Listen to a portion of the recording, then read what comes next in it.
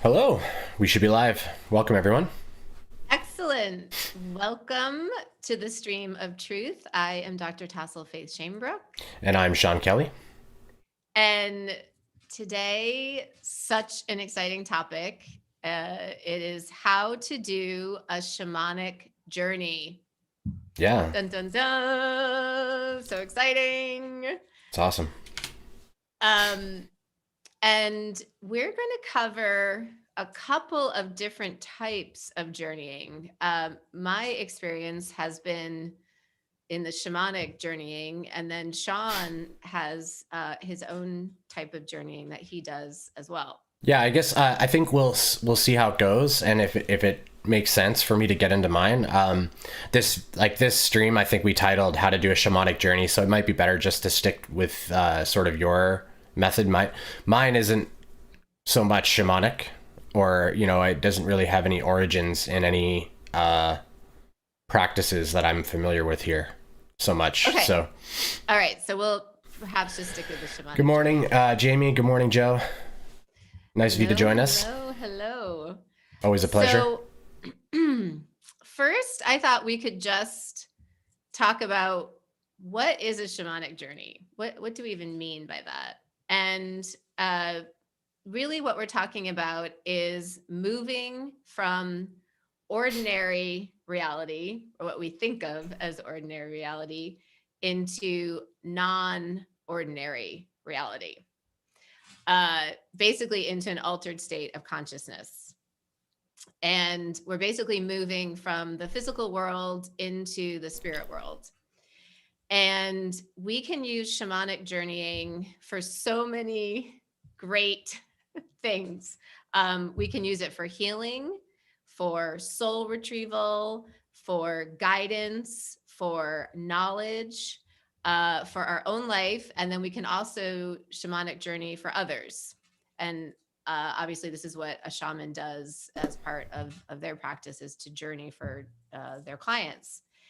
And during the journey, you will most likely have some really interesting experiences. This is part of what I love about shamanic journeying.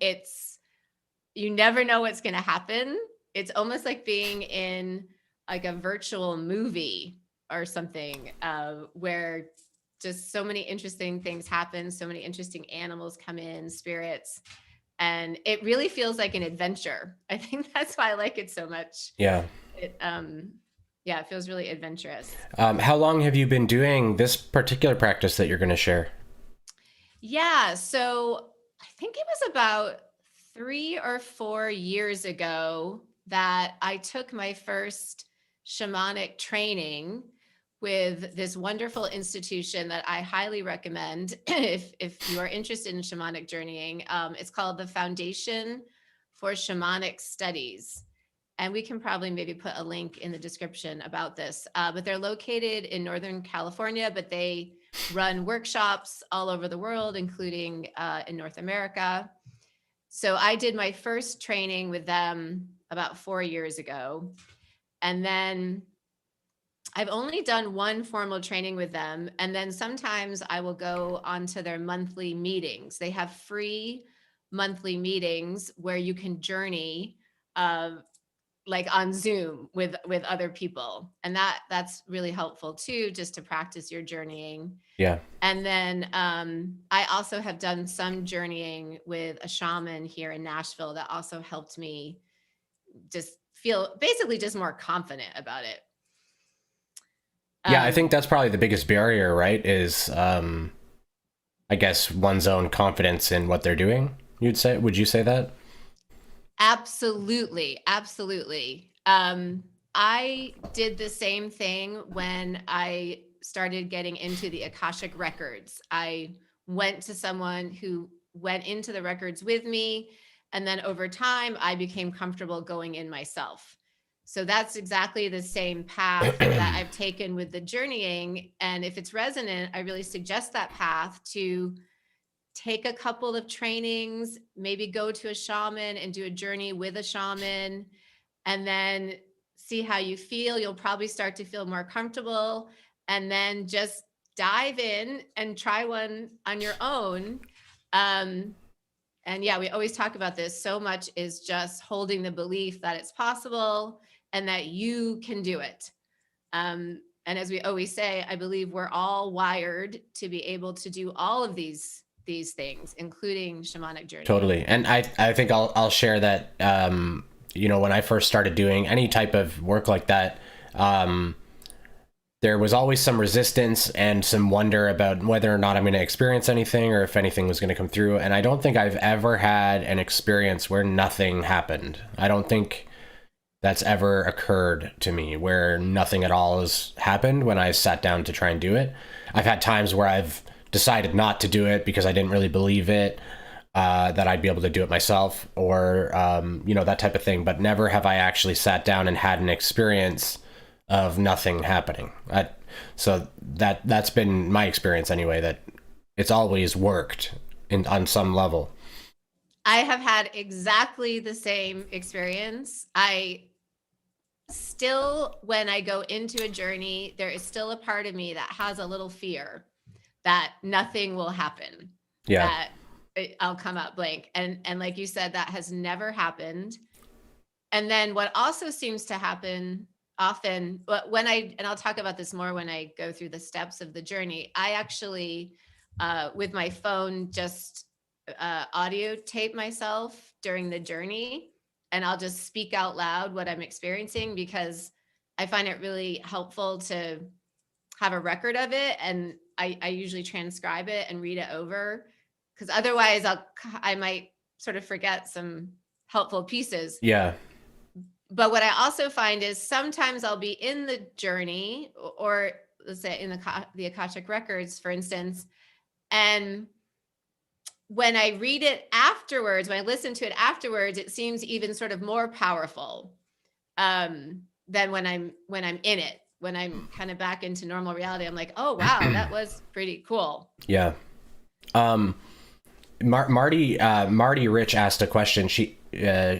He or she, sorry, I'm not sure, said, how would you recommend one may journey if one's vision isn't as activated, but their feeling of energies is very activated? So sounds like what they're saying is perhaps their third eye isn't super open yet, or maybe they have difficulties with that inner vision. Yes, Marty, thank you so much for that. Such a great question. And I'm getting chills as to answer that question. Yeah, so the clairs we can have in all different ways. Some of us, the seeing clair is more powerful. Some of it's the feeling clair is more powerful. And so whatever is more powerful when you do the journey, that's what you'll experience. So yeah, I do tend to see a lot of imagery, but I also do have that knowingness of things dropping in, like as a knowingness, or the feelings. So if you did a journey, perhaps you would have that experience of the feelings coming in and the knowingness. Mm-hmm. And then I do think anytime you journey, you are practicing all of those muscles. And so all the clairs will only increase as you do it more. Yeah, basically practice makes perfect. So you may start out and your journeys as far as inner vision goes may be a little duller or not so vibrant. Yeah. But then as you work at it, you essentially build a focus and a like a practice at doing it. It's like drawing, almost, something like that. Like the more you do it, the better you become at it. And then so basically, I would recommend doing it as you start to try and do it yourself, you'll start to notice things that work well for you and things that work maybe not as well. And you'll start to shift, like basically build your own practice from what resonates and stuff like that. And so there's tons of different groups of cultures and like indigenous cultures, as well as just groups of mystics, I guess we could say, that have tons and tons and tons of different practices. And so I think what it really ends up being is sort of like an eclectic forming of which practices work for you and which seem to facilitate a better connection or a more lucid experience for you. And then Joe asked, what is that, Akashic Records? So if you don't mind, I was just going to try and answer that the way that I see Akashic Records. So there's the way that I like to think of the Akashic Records is as the living mind of the earth, primarily. So the Akashic Records, I think that there are sort of layers to it. So there's like a planetary mind or a planetary record location of records. Some people might call it like the Temple of Records or things like that as well. This is basically where anything that has ever been thought, anything that's ever been done or is to be done as potentials also exists here. This is where people get insights, psychic insights as to, events that are on the horizon and sort of their potentials. The way I like to think of it as it's the collective mind of humanity, primarily. It's the mind that everyone's contributing to and taking from when they're accessing sort of that frequency of consciousness, which is like, cosmic consciousness. So it's also the mind that eventually forms in a positive social memory complex where, because everyone becomes so tuned into the Akashic Records, it's no longer like a thing that people go into to check. It becomes a part of the continual experience later on. So that's what's forming now. But the easiest way to describe it is basically a library of things that have occurred in past lives, things that are occurring presently, things that may occur in the future. It's maintained by entities that they call the record keepers and the gatekeepers and stuff like that. And they're basically there to facilitate what you're looking for. So you tend to go in and ask for types of things. We may end up doing actually why don't we do an episode a whole show on the Akashic Records? Yeah, because we could talk about it for there's a lot to say for a long, long time. But that's basically how I see it. Yeah. So to your previous point about there are all types of ways to shamanic journey. Please I think the most important thing is just to start doing it and not worry so much about following a particular protocol, just holding the intention that you want to do a shamanic journeying and then just trying it out. Yeah. These practices and protocols are just ways other people have done it. Doesn't mean you have to do it that way. Yeah, the way that we're describing is the way that Tassel does it today, and what she does and what's worked for her. And so you can start to form your own, practice within that, or totally aside from that. But the main idea, like she said, is to just try do it. Yeah. Yeah. You'll only get more and more comfortable each time you try it. So I thought I'd just give a little overview of a few aspects of the journeying. The shamanic world comprises 3 different worlds, what's called the lower world, the middle world, and the upper world. And everyone's, what you see or feel or sense when you're in the world will be very specific to you and your soul. But there are usually some commonalities. So the lower world to me, okay, can everyone see this mural behind me? That's always behind me. So this mural looks like an Amazonian rainforest to me. And it's so interesting because the week before I did my first training in shamanism, this mural showed up in my life. And it's huge. It's like, 6 feet by 6 feet. And I was very taken by this mural when I saw it. And the first journey that I did during my training, I went into the lower world, and this is exactly what I saw. So it's a very interesting synchronicity. Wow. But so the lower world to me looks very rainforesty, and there's lots of interesting animals and rivers and big butterflies flying by, and it's it's really gorgeous. And feels very like primal, indigenous, feels very indigenous. And then the middle world, to me, what I've experienced is it's more ordinary reality. It's like the earth plane reality.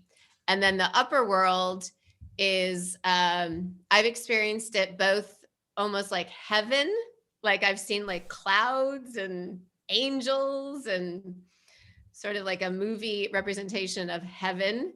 And then I've also experienced it as outer space, as like stars and planets and stuff.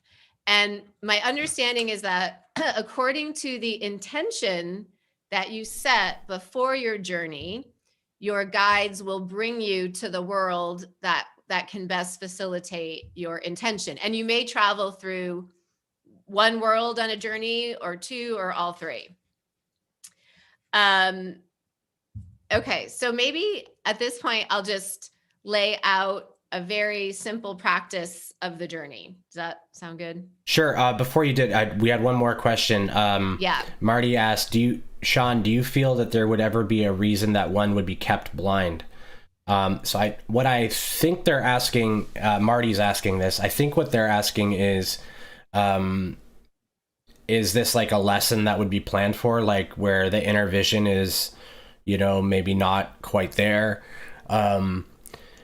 I would say that any lesson has the potential to be planned for. It could be anything. So just as a human may be born blind with no eyesight, literal eyesight or physical eyesight, there's a lesson in that, and that could be planned for. So it is possible for, I would say, for a plan to be put in place around something like that.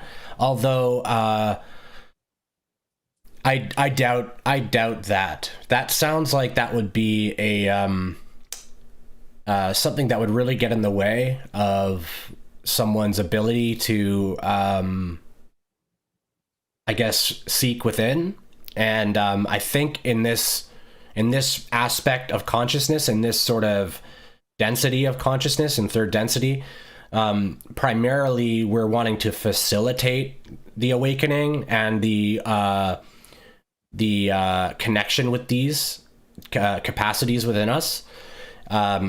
If there is a block in there, then most likely I think the block is a part of the self. It's a limiting belief in the self, like an egoic limiting belief, most likely. And most likely the lesson is to not overcome, but to be able to remove limitations and move beyond this. So I think these connections always exist. The lesson might be around the internal framing of it all. And it's the framing, so the mind creates the reality. If one believes that they can't see, they won't see. And so part of their lesson may be to come outside of that box of limitations. Another way to think of it is that there are no beings that are disconnected from God. And I believe that these senses that we're talking about now are God's senses, really. And so the lesson, I don't think, would be that the being can't access them. The lesson would be that the human believes they can't and has to move through that. That would be my guess. But like I said, any lesson could be planned for. So I'm speaking in generalities, and I wouldn't know for sure, but that's sort of how I would orient it. Is most likely it's a human perceived limitation that is needing to be worked with. And I would also say you can just set an intention to find out more about this. Just Spirit, please. Great point. I hold an intention just to find out more about journey about that. And specifically, then, yes, right? I was just going to say that you could do shamanic journeying to ask about that and to ask for expansion of your visioning. These are the types of questions that are best went within to figure out, like, why is this part hard for me? what challenges am I facing? What have I not seen about myself that will help me in this path that I'm walking down? And this is why shamanic journeying and also going into the Akashic Records is so helpful, because when we ask other people these questions, we don't know, right? We're not in your soul, but your soul will know. So part of the reason I got into doing these things myself is because I used to go to lots of healers and psychics and try to get answers to things. And it was helpful to a certain degree. But first of all, their information is always, anyone else's information is always filtered through them. It's not pure. Any information you get from someone else is never pure. Mm-hmm. It's always filtered through their own beliefs. And myself, and I'm sure other people have experienced this, I've experienced receiving information that was really not correct. Yeah. And that was a bit traumatizing even. That's what really also made me want to do this myself. Yeah. So you can find the answers to all of these questions through journeying, through the Akashic Records, or there's other modalities as well. Yeah. But that's partly why we want to share this, so that we all have questions, we all have expansions we want to do. And these are tools that are really practical, that you can get them all by yourself, and they're free. Yeah. And you can do it in the comfort of your own home. And there is no, so whenever we're asking a question like, would there be a lesson here? There's always a lesson there, yes. Would the lesson revolve around this particular thing or that particular thing? Yes, it could. The potentials are endless. So an entity plans for whatever it could literally be anything, the same way humans are born with deformities in different ways, or whatever experience that soul is looking for, it's all possible. So if the question is ever like, is it possible that I programmed this for myself because I was trying to learn this? Yeah, it's possible. Yeah. So there's always, it's infinite possibilities. The lessons are infinitely vast and complex, and we can really only ever speak in generalities, or we can speak in our own personal experience. So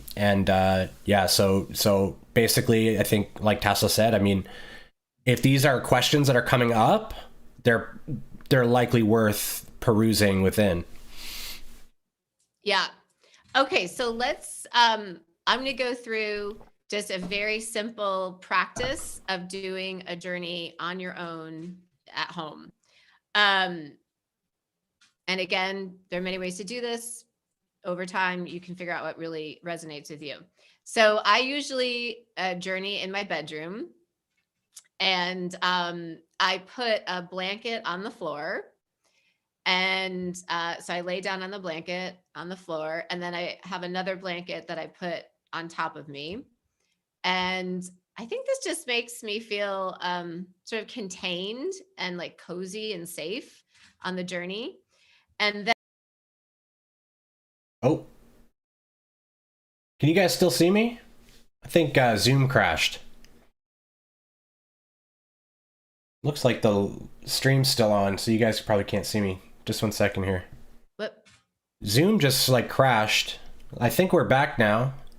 Can you guys hear me okay and see everything? Zoom just closed out of nowhere. Oh, okay. And then reopened by itself. Okay. We're still live as far as I know. Yeah, everything, the stream's still going. So I guess, yeah. So it seemed, I don't know what happened there. But you were just saying that you were just talking about covering yourself. Yeah, some people do wear a mask because just to block out the normal reality a bit more, to be more into that. I'll often use reality. like a bit of a blanket or just something over like this to just cover over the eyes. Because the colors from the light can be distracting, I find. Yeah. So I like to do that and recommend that. And I did use a mask when I first started doing it, and now I don't, but if you're first starting out, that may be helpful. Okay, then the most important part is to listen to shamanic drumming. When I've done it in training, it's been live, a shaman doing the live drumming. But what I use now is I just use a link on the internet for free shamanic drumming tracks. And that's in the description, right? Yeah. That's in the description. Yeah. Okay. I think there's a 25-minute one and there's a longer one as well. I tend to use just the 25-minute drumming track. Okay. The drumming is so interesting. So this repetitive shamanic drumming has been identified as a method that facilitates altered states of consciousness. And this has been scientifically studied. Basically, it's been found that altered states of consciousness tend to correlate with our brains being in the theta wave state. And the use of rapid drumming, it's about 220 beats per minute, it's about 4 hertz, is what is used to attain these shamanic trance states. And what happens is, it's so cool. You start listening to the drumming and then your brain automatically synchronizes to the drumming. And so it goes into that altered state just automatically. Mm-hmm. So obviously we know that in shamanism, say plant medicine is often used to enter these altered states of consciousness. But you can also just do it without ingesting anything and just through the shamanic drumming. Yeah, and could I just add that something similar that does a similar thing is like the chanting and different breathing techniques as well. Like the very good point. And stuff like that. There's various ways, and it's all what could be called sympathetic resonance. So, you know, your sound is very, very mathematical in the way that it affects the body. And so if it's drumming or chanting or breath work, all of these different ways. Another one that you guys might know of is binaural beats or binaural frequencies with I think they're called the solfeggio frequencies. These various things can all induce various brainwave states, which will help facilitate journeys or any type of visionary work. Yeah. I'm so glad you brought that up, the breath work, because it reminded me of when I have done some journeying here in Nashville with a shaman. I did some shamanic breath work during those journeys, and that did seem really helpful. On my own, I don't tend to do the breath work. I think breath work is amazing, but I found I can just get there with the drumming, and the breath work was like an added step. But I think, yeah, I don't think it works. Yeah, like for me, it's like distracting. I find like I have to work at the breath work too hard, or maybe I just need to practice more. But it doesn't seem to allow me to relax properly. So that's what I found, and maybe for other people, the breath work is really helpful, maybe more helpful than the drumming. Come more naturally or something like that. So but those are two really specific pathways: the drumming and the breath work to get us into this altered state of consciousness. Mm-hmm. For me now at this point, as soon as I turn on the drumming, even before I've closed my eyes, I will often start to see things. Mm-hmm. It really blows my mind that it's like instantaneous. Yeah. It just, my brain like immediately sinks in. And this is why in magic, ritual and ceremony is so important, because it primes the body and the mind to do whatever you're setting your intention to do. So if you constantly are doing the same practice over and over, even wearing the same type of clothing or putting on a particular gown or something to signify that you're about to do this, can be very, very, there's a word for it, but it's like an automatic response of the body and the mind to move into this state. I can't think of that word right now, but there's a response that happens psychologically, I guess, that just brings you into that state. So the more you do it, the easier it becomes. Absolutely. And I think that's part of my ritual of laying down this blanket and laying down and then having this other blanket, turning on the drumming. It's all part of this ritual that's cueing my body to go into this altered state. So then so I'm lying down, the drumming's going on, and then I will state my intention. Sometimes I write it down, sometimes I say it out loud. And it's just something like, Spirit, please help me with some answers to questions about my health, for instance. Just a very simple intention that you can state. And so as I mentioned in the beginning, I will take my phone and I'll just put the recorder on and I'll just put it on my chest. And so during the journey, I speak out loud everything I see and experience so that I have the recording of it. And then afterwards I type it out, because during the journey, I want to just really experience it. I started out, when I would journey, I would stop and take notes. And that kind of interrupted the flow a bit. So I found this process to be more helpful. Just record it and then type it out afterwards. You may find it challenging even to speak it at first. So just move at your pace, right? So like if you find that when you try to speak what you're observing, if that's too much or pulling you out of it by itself, then just sort of keep practicing and you'll end up getting to a place where you can speak it or write it, or, you know, it becomes more tangible to you and more, you can be more sort of cemented in it. If that makes sense. Yeah, that's such a good point. Just whatever feels comfortable. And in the beginning, maybe it doesn't even matter to have the record of it. It maybe just matters to experience it and not worry about speaking it. I actually find that speaking it out loud makes it more real and seems to bring it in more. I'm more connected to it for me when I speak it out loud. But everyone may be different with that. And then the way I was taught during my training to enter the experience was through, you pick an entrance point into the world, whether it be the lower world, the middle world, the upper world. You don't know until you start going in. But so I thought, and usually it's common to pick some type of something in nature. So when I first started journeying, my entrance point was this beautiful tree in my backyard. So I would just imagine basically going into the trunk of the tree and going beneath the trunk and then entering into the world. I don't use that anymore, but that may be helpful in the beginning, again, as a cue for your brain to enter into this state. And then also people may wonder, like, how do I get out of the journey? I'm in the journey. Am I like stuck in it? How do I get out of it? So if you choose your entrance point, that's also your exit point.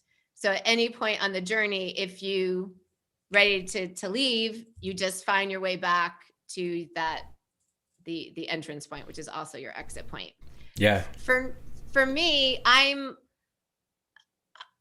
always still very conscious of like normal reality as well. I'm not so fully in the journey that I wouldn't be able to get out of it.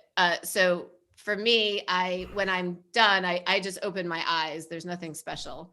I'm not so deep into it that I couldn't get out. That may be, possible fear that people have of that, but I've never had any fear that I couldn't get out of it. I was always very aware that I'm in a journey. I can open up my eyes and then I'm out of it. I think it's really interesting that your method of entry is the exact same that I use when I'm entering the middle plane or the inner planes. I do the exact same thing. Although I don't imagine a tree in my backyard, I imagine this giant like oak that has a door on the front of it. And I open the door. It's almost like a little hobbit hole or something. And I climb in there, and then a sort of tunnel of light just sort of shoots me down into the inner planes. Oh, that's So I do really a very, interesting. very similar thing to enter the inner planes. And the way you described everything, like with the lower world, and I'm not very familiar with shamanic work at all. So, Yeah. with the lower, or do you say the lower world? And then, so Middle world. sort of see it like the inner planes, this world, the physical world, and then the upper, which would be like cosmic to me as well. So it's interesting. Exactly the same. And it's very similar to how Druids frame the creation as well. The three sort of levels to it. Yeah. Okay. Very cool. It's interesting that it's across these cultures and practices. Almost across the whole world, it's all like sort of very samey. And then they have various rules or, practices or things that they do or beliefs that have flavored everything. So it's all sort of it seems all very samey, and it just sort of lends credence to this being a real thing. Yeah. This non-ordinary reality. Different cultures. If it shows up very similarly across cultures. That didn't really connect with each other. Like you weren't really watching like the Celtic Druids connecting with an indigenous group of people elsewhere, like across the ocean, doing shamanic work. But they're both sort of doing this same thing. It's really interesting. It's pretty clear there's something there, right? There's something there. Yeah. So now you're in your journey, and okay, this is where you just let your faith kick in. And what I try to do is I try to just kind of like just relax my thinking mind, just let my thinking mind sort of recede into the background and just relax, and basically almost like I'm watching a movie, just see what comes in. And in the first few seconds or so, sometimes it's not clear. Sometimes my thinking mind is still active and almost wants to like insert an image or something, like to make something happen. But I try to just relax, take some deep breaths, and then just sort of wait to see what comes in. Yeah. And then something does always come in. And something that I'd like to say too that really, really helped me, because when I first started, nobody had mentioned this to me, and it kind of got in the way a bit. But when I first started, I would sometimes see a being arise, like whether it was a spirit animal or something like that. And I might think something like, I don't really want it to be that animal. I would sort of rather it be a lion or a hawk or something cool, right? Yes. But it's a female deer. And arguably one of the weaker sort of animals. It's not even a buck. It's not like with the big antlers and majestic looking. It's kind of like a fawn or a foe or whatever they're called. Yes. And I'm kind of like, this. And I was trying to talk to my higher self when I would do this, and it kept coming as this deer. And I'm like, I don't want a deer. Like, I want a lion or like a saber-toothed tiger or like I don't know, an elephant. I don't know, anything but a deer. But anyway, so what ended up happening is somebody somewhere eventually said, don't resist what shows. Like, just take what's offered and go move with that. And for whatever reason, that clicked with me, and I was like, oh, I get it. I'm not supposed to like shift stuff and change things. This isn't like some story I'm creating. I'm receiving this. Like, it's not up to me how it comes. So exactly. And each animal has a very specific, powerful gift. Right. There's squirrel medicine. There's butterfly medicine. These smaller animals that we might think are weak or something, they have very specific, powerful medicine. It's really interesting you say that, because on one of my first journeys, the power animal that came in was a serpent. And, like many people, I'm not hugely comfortable with snakes. But what I think is cool is when an animal comes in that we might not have chosen, to me, that raises the credibility of what's going on, because our thinking mind would not have chosen a deer or a serpent. So to me, I actually like when animals I maybe wouldn't have chosen come in, because I feel like I'm more like I'm receiving it. I'm not creating it. Yeah. When I first started doing it, I was getting a lot of like a female deer, which was representative of my higher self. And then later it started to become so poignant for me that it felt like the spirits that I was contacting were with me in my regular everyday state too, and I could feel a presence on my shoulders. And so there was a time when I was big into this that it felt like I had a white and a black dragon, like a white one on my right side and a black one on my left shoulder, just perched there, sort of offering me guidance as I was going about my day.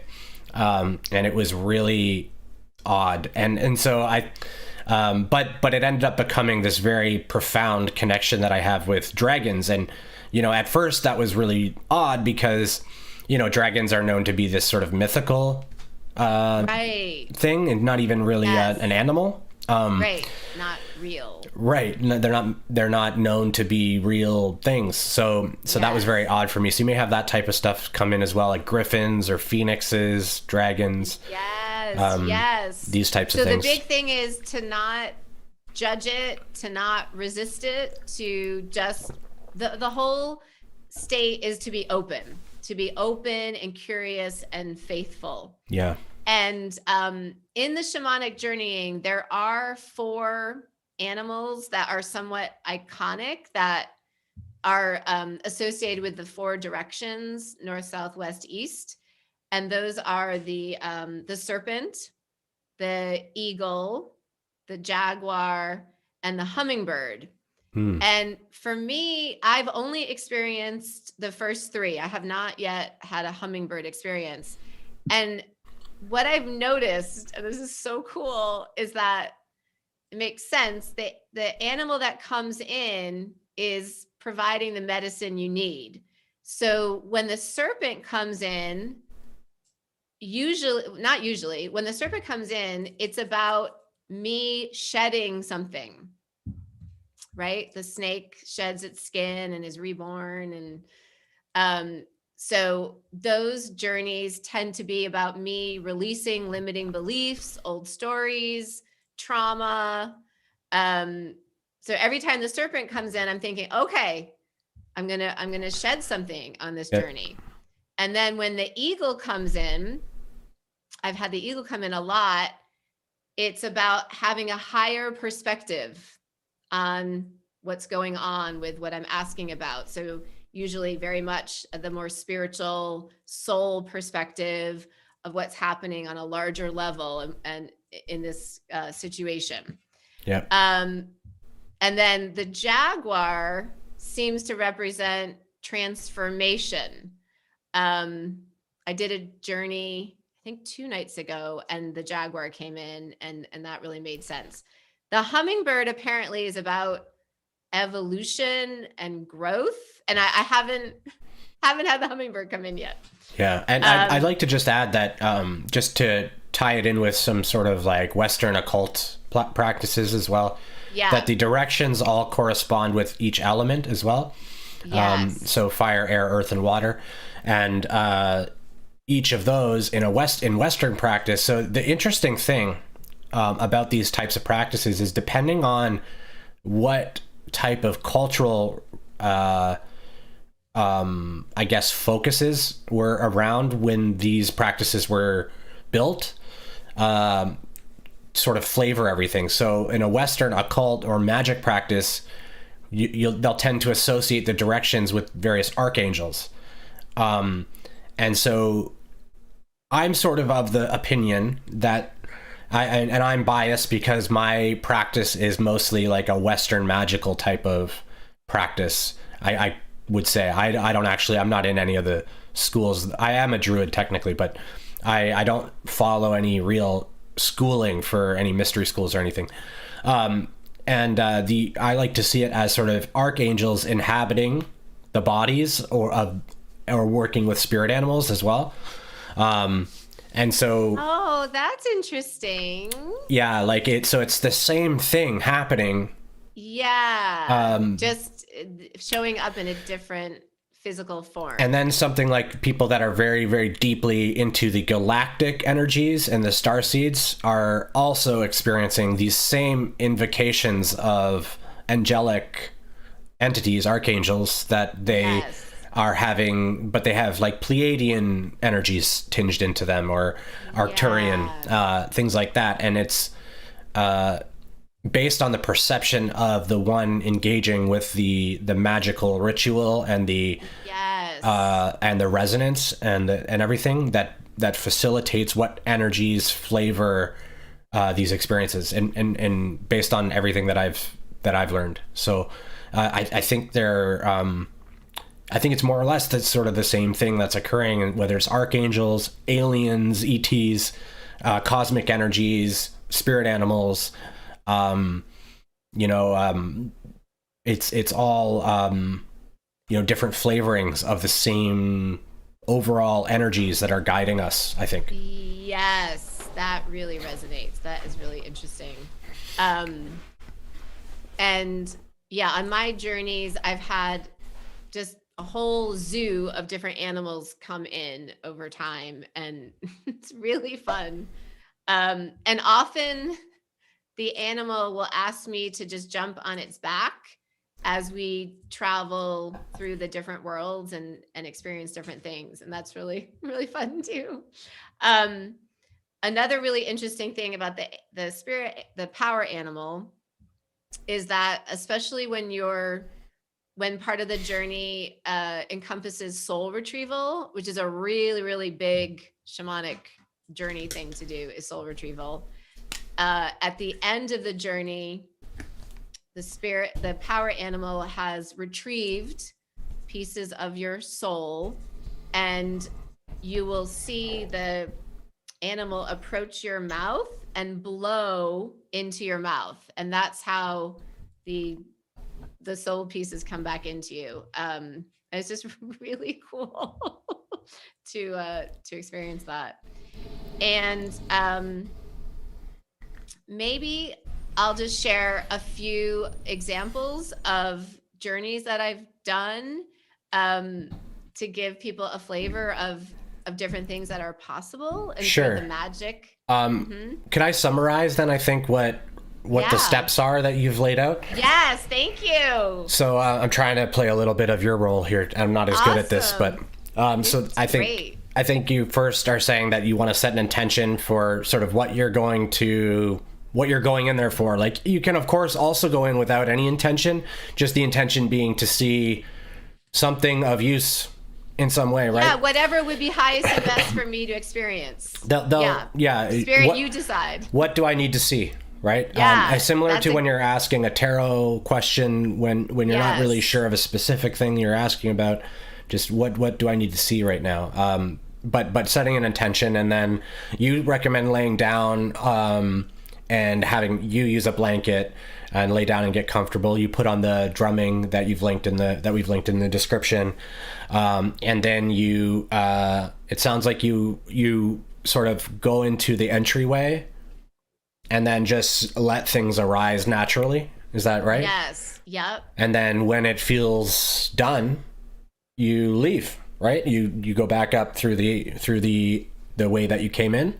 Or perhaps you'll be carried out, or who knows what'll happen. But does that sound like that's the overall process? So it's pretty simple. It's pretty simple, right? We think it might be something like complicated and it's the drumming. To me, I think all you really need is some entryway into that shamanic altered state of consciousness. Mm-hmm. So, you might not need the I don't think you need the blankets or any of that other stuff. You just need probably either drumming, breath work, or any other meditative method. If you're practicing meditation, you'll be able to probably bring yourself into that state without any other stimulus.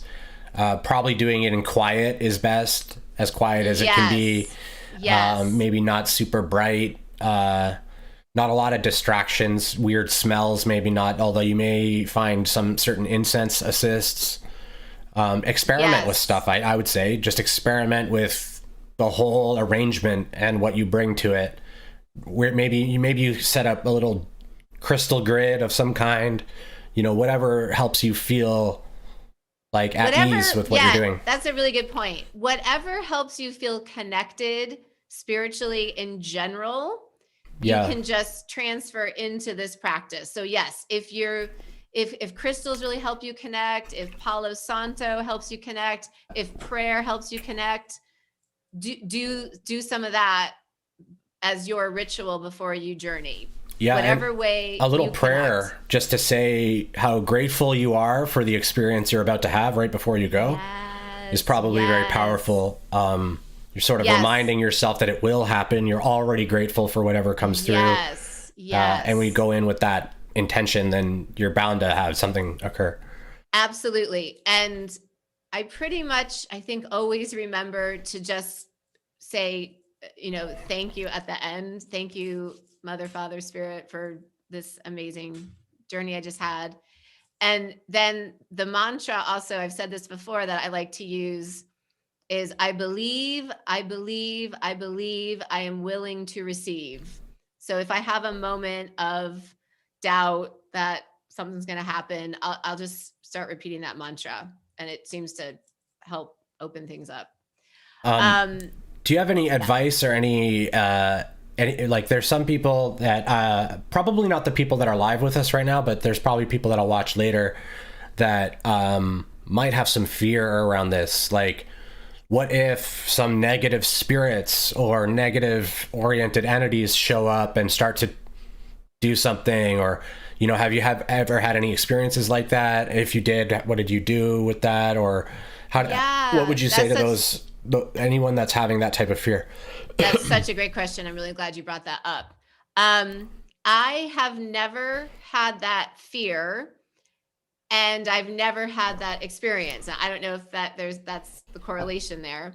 If you do have any fear about that, simply say a prayer of protection before you do your journey.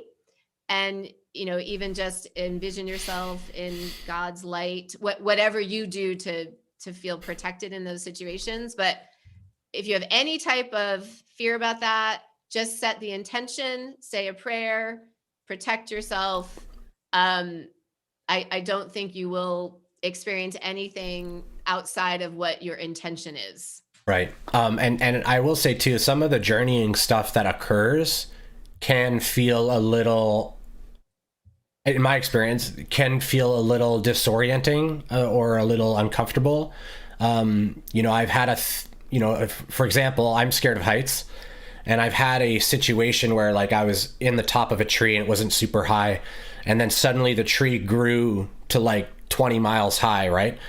And I'm still at the top of the tree and looking down, and like I'm in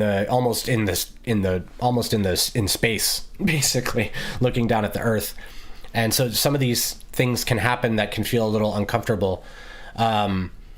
Those things, I think the most important thing is going in just knowing that there's a few different things that are true. And the first truth is that you are the one that's in control of your own energy. You are the one who holds all of the power.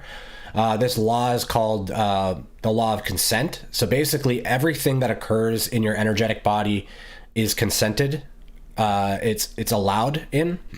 Like, you've allowed this to occur in your energetic body. So you sort of control what is allowed and what's not allowed. So you have the ultimate power. When a negative entity approaches, it tends to try to be like, I'm more powerful and I will blah, blah, blah, right? Like, it tends to try and impose, but it's all just a show. And so if you just know that they are not more powerful than you, they're more like an equivalent power to you, and that the only power they can ever have is power you've given them. You can just understand that they're basically there to show you resistance. Like, you could think of it that way. They're an aspect of yourself that's showing resistance and fear to what's occurring. And then with love, you can just say, no, no, thank you. I'm not super interested in whatever you're offering here. I love you. Be gone. See you later. And just understand that we do have that type of power. If we believe that we don't, then we won't. And we'll experience things where entities come in and, creep us out or do things like that. But I think, like Tassel said, maybe the reason she's never had this type of experience is because these types of fears just didn't occur to her, right? Yeah. That's very important, because it's the fears of these types of experience. It's the fears that are within us that create little gaps in our protection and allow these experiences to come in and then try to manipulate. So if we don't have any concept of these potentials, then we tend to not really experience them. Yep.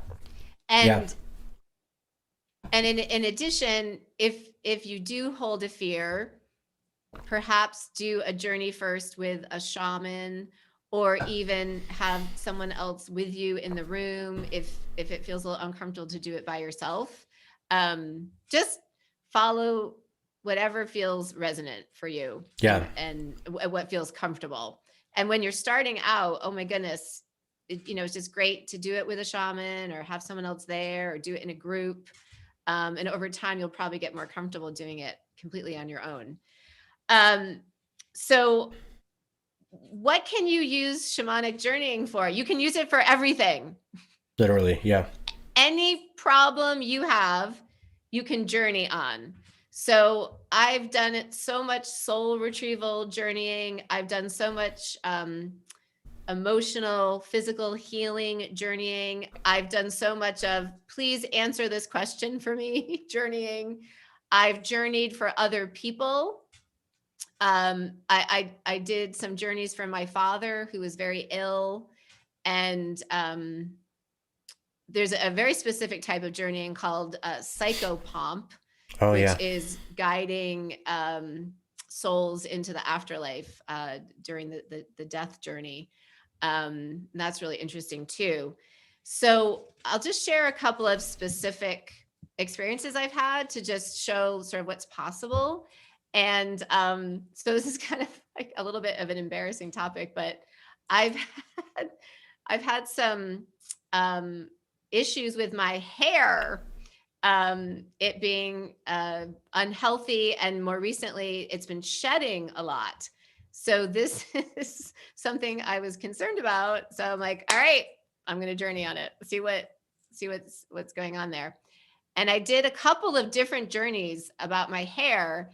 And the first journey I did on it, we basically went through the middle world, and I saw scenes of my great-grandmother, my grandmother, and my mom, and basically some trauma that had happened to them in their lifetimes about being a girl.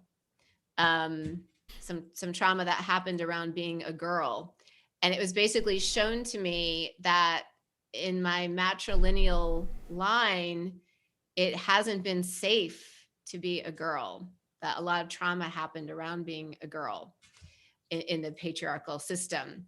And so the message was basically like, there's some energy in my line around having long, healthy hair because it hasn't been safe. And it was just so interesting. I had no idea that that's what I would be shown. And then some healing took place during that journey for my great-grandmother, my grandmother, my mother, and myself. And then a second journey that I did around my hair is I was shown my own relationship with my hair, that I had given my hair a lot of negative energy. I had really sort of hated on my hair, and that part of the reason it was shedding is that I was shown my hair as a living entity. And the spirit showed me that my hair has been crying. and that each strand of hair that has been shed has metaphorically been a tear that my hair has shed, because it has felt that it has not been good enough for me and that it has let me down. And the message was that I could shed my hatred and my sort of abuse towards my hair, that would help my hair if I shed that energy, and that if I gave my hair love. And I've actually done a separate video on this that I'll post to the channel soon about healing your body with love. But all of that information came through on those two journeys. That's really cool. Yeah, I think it's, I think we can so easily forget that consciousness is in everything, and everything has an energy. And although like our hair can't directly speak to us, in that way, or, like a chair can't speak to us, it has an energy about it. It has a sort of, a beingness to it that does experience love, or the lack of love, and is influenced by that. Yeah. That's awesome. A few other just experiences that I'll highlight really quickly is another time I went into a journey, and you and I were going through just a little difficult wobble, and I was kind of stressed, and I think I really just wanted comfort. And on that journey, the angel of mercy came in. I'd kind of like heard that name before, the angel of mercy, but that's who showed up, this angel of mercy. So we were in the upper world, and this angel came in and laid me and you down on a bed of clouds with a blanket over us, and just spoke these really comforting words to me. So that was really cool. I was just comforted on that journey, with the angel of mercy. And another time I went in because I had to have a medical procedure, and I was really super nervous about doing it. Would it hurt me? Would it be safe? And that was one of the most vivid journeys I've ever had. I was immediately greeted by a Native American elder that I've seen before in different visions. And he just directly spoke to me about this question I had. And I also got the sense that I had been with him in a previous lifetime as a Lakota Native American. And I was basically shown through visions that I would not be harmed at all in this medical procedure, and that it would all be safe. And then I'll just share one other little tidbit. There was another journey I did where I felt just a lot of nervousness around abundance and my career and income and all of that. And I was looking for guidance and answers. And the first thing I saw was this little rabbit came in, and I thought, oh, is this the power animal for this journey? Rabbit medicine. Okay, what does this mean? And then I saw the rabbit eating a carrot, this bright orange carrot, and being petted. And it was clearly someone's pet animal. And the knowingness that came through about what this image meant was, Tassel, you are like this little pet rabbit with spirit. You will always be taken care of. You will always have carrots. You will always be loved and supported. You don't ever have to question that. So that was kind of an unusual way for spirit to show me what I needed in that moment. To show me as a pet rabbit. Yeah, some of the visions that come in are pretty wacky sometimes, right? I think it's really important to trust your initial feelings around what this might mean. So So like you did there, we're like, oh, I'm the rabbit. Like a part of us might start to wonder at that and think that that's silly or whatever, rationalize away from that. Yeah. Usually the first instinctual sort of like knowing of what's being shown is the most accurate, usually. Exactly. That's such a good point. Like, just go with that first knowingness. And I think spirit is very playful. That's what I have found in the Akashic Records and in the journeying. Spirit likes to laugh and have fun with these things. So you might be shown a pet rabbit as an answer to your question. Totally. Yeah, totally. They might poke fun at you a little bit too, depending on how you are and all that. I get a lot of that. A lot of like poking fun at me. And another, just the final thing I'll say is very much so, Jesus, Mother Mary, and Mary Magdalene show up often at the end of my journeys. And it seems that they're saying, we're always here, we're always with you all the time. But if you want to come into a journey to feel us more in this way, you can, but we're always here for you. So you might just experience your guides that are with you all the time. Totally. And the last thing I'll say is we can also put this information in the description. Sandra Ingerman, it's probably hard to see, is the author of this book. It's called Soul Retrieval. And she's just an amazing shaman woman. I love her so much. She has a great YouTube channel. I think it's called The Shaman's Cave. And I just highly recommend anything by her. I love her because she's actually a therapist. She's actually a marriage and family therapist, which is my same field that I got my degree in. And then she's a shaman too. She's very relatable. She seems very like normal, and then has this whole other side to her as a shaman, but she's just lovely. And this book is great. It's just it's a lot of information about journeying and soul retrieval. I'll put a link of that in the description as well. She's just wonderful. I can't say enough about her. Awesome. I think that's everything. We've been a bit over an hour. Is there anything else that you'd like to share about it before we close out? The last thing I'll say is, never in a million years would I have thought I would shamanic journey or be talking about shamanic journeying. I grew up feeling very unspiritual. I know many people who are awakened felt, could see spirits or had all these metaphysical experiences as a kid. I did not at all. Did not have any experiences like that. I always didn't think any of this was possible for me at all. So if I can do it, I think anyone can. Yeah. So I just really want to emphasize anyone can do this. And I was the same, more or less. I saw orbs a couple of times, but I just presumed it was just lights or, nothing. Basically, I think I just explained it away.